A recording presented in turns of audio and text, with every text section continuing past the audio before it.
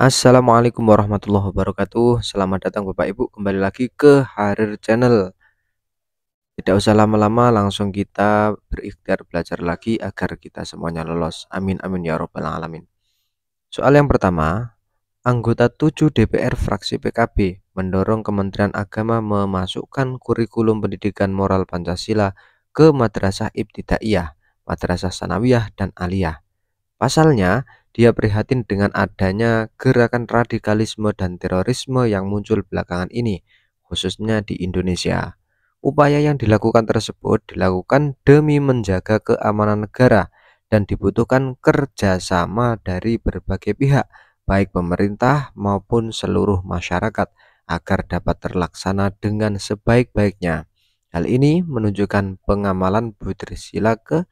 Jadi pada soal ini analisis di mana ada kerjasama antara pihak pemerintah maupun seluruh masyarakat agar programnya tadi bisa terlaksana dengan baik. Maka ini merupakan pengamalan Budirsila ke pertama, kedua, ketiga, keempat, dan kelima. Jawaban yang benar adalah keempat. Nah, adanya kerjasama antara kedua belah pihak, pemerintah dan masyarakat, merupakan wujud dari terlaksananya demokrasi. Ya, jadi di sini nilainya adalah demokrasi, garis bawahnya, di mana pemerintah melaksanakan tugas sesuai kewenangannya demi menjaga keberlangsungan negara dan masyarakat yang wajib menuruti kebijakan pemerintah sebagai bentuk melaksanakan hasil musyawarah dan mufakat hasil pemilu. Jadi ini lebih eh, menunjukkan nilai demokrasi secara mufakat ya. Oke, soal selanjutnya. Berdasarkan Undang-Undang Terorisme, tindak pidana dikatakan sebagai terorisme apabila memenuhi unsur-unsur berikut ini, kecuali A. Menggunakan kekerasan, B. Menimbulkan rasa takut secara meluas, C. Menimbulkan kehancuran terhadap objek vital yang strategis, D. Dengan motif ideologi, politik, atau pribadi. Jadi ada unsur-unsur di mana tindak pidana itu bisa dikatakan terorisme apabila memenuhi unsur berikut ini, kecuali jawabannya benar adalah D, dengan motif ideologi, politik, atau pribadi. Jadi ada unsur-unsur di mana itu bisa dikatakan terorisme. Yang pertama adalah perbuatan yang menggunakan kekerasan atau ancaman kekerasan yang menimbulkan suasana teror atau rasa takut secara meluas, yang dapat menimbulkan korban bersifat massal dan atau menimbulkan kerusakan atau kehancuran terhadap objek vital yang strategis, lingkungan hidup, fasilitas publik, atau fasilitas internasional dengan motif ideologi politik atau gangguan keamanan. Jadi jawaban yang tepat adalah D. Soal selanjutnya, ini analisis lagi.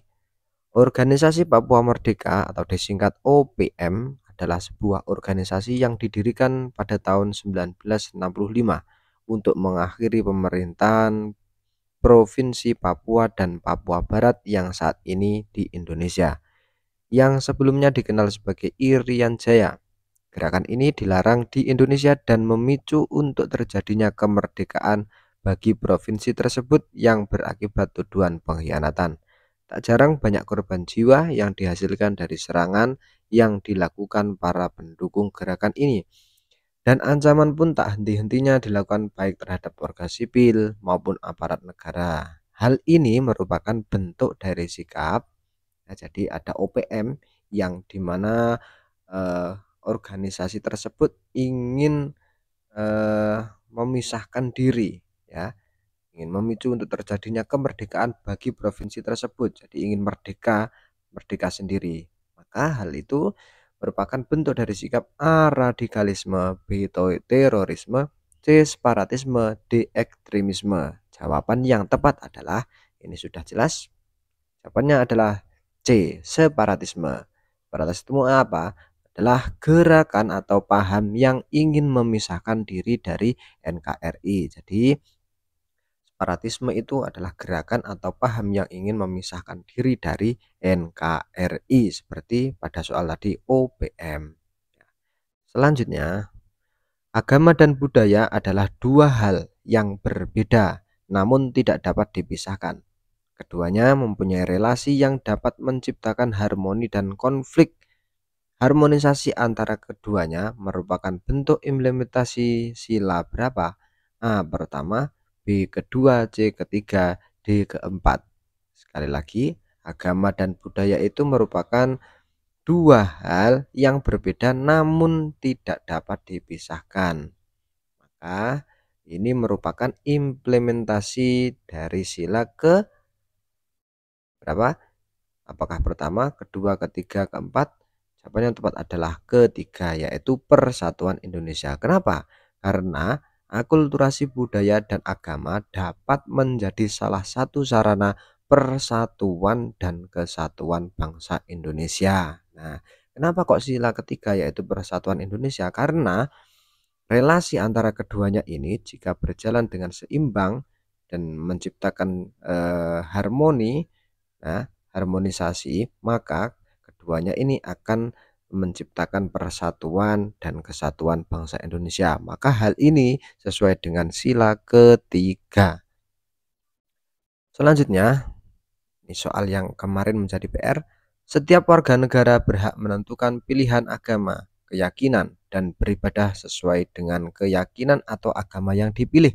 Merupakan bunyi pasal berapa? A 29 ayat 2, B 28B, C 28E, D 27 ayat 3.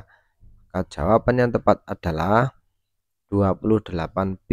Kalau 28E itu setiap warga negara berhak memilih, ya, memilih. Kalau ini menentukan. Oke. Selanjutnya ini menjadi PR.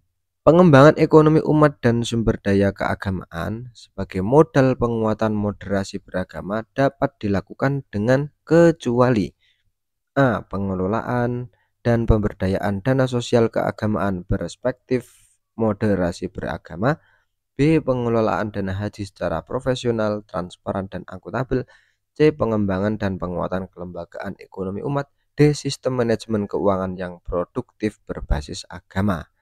Nah, di sini silahkan dicermati, nanti jawabannya silahkan ditulis di kolom komentar dan pembahasannya kita bahas di video selanjutnya. Semoga kita semuanya sukses, lolos sampai akhir. Amin amin ya rabbal alamin. Silahkan di subscribe apabila channel ini bermanfaat. Mohon maaf. Assalamualaikum warahmatullahi wabarakatuh.